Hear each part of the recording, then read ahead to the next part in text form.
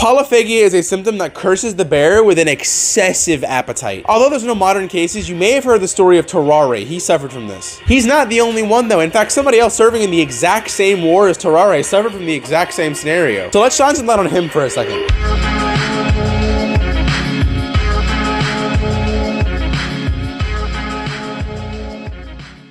Charles Domri was a man with the appetite of 1,000 gods, and I mean that literally. He was pretty inhuman. During his time serving in the Prussian army amongst the war of the First Coalition, he found that the food rations were just simply not enough, which I'm sure they loved dealing with because there was a massive food shortage at the time. Despite that, he was still given double rations, and he would still use all of his money to buy additional food whenever he could. Unfortunately, it wasn't enough because this guy's appetite was endless. So if there was no food available, he would just start eating grass.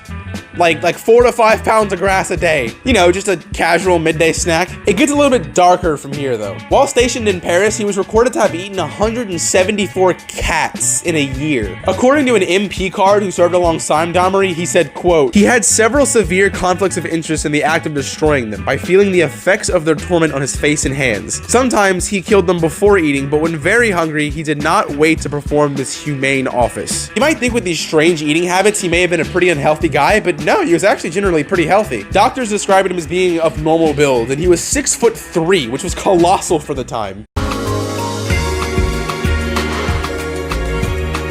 Okay, let's fast forward to his time on the Hosh, which is a Polish ship. One day, one of his crew members got their leg blown off by cannon fire.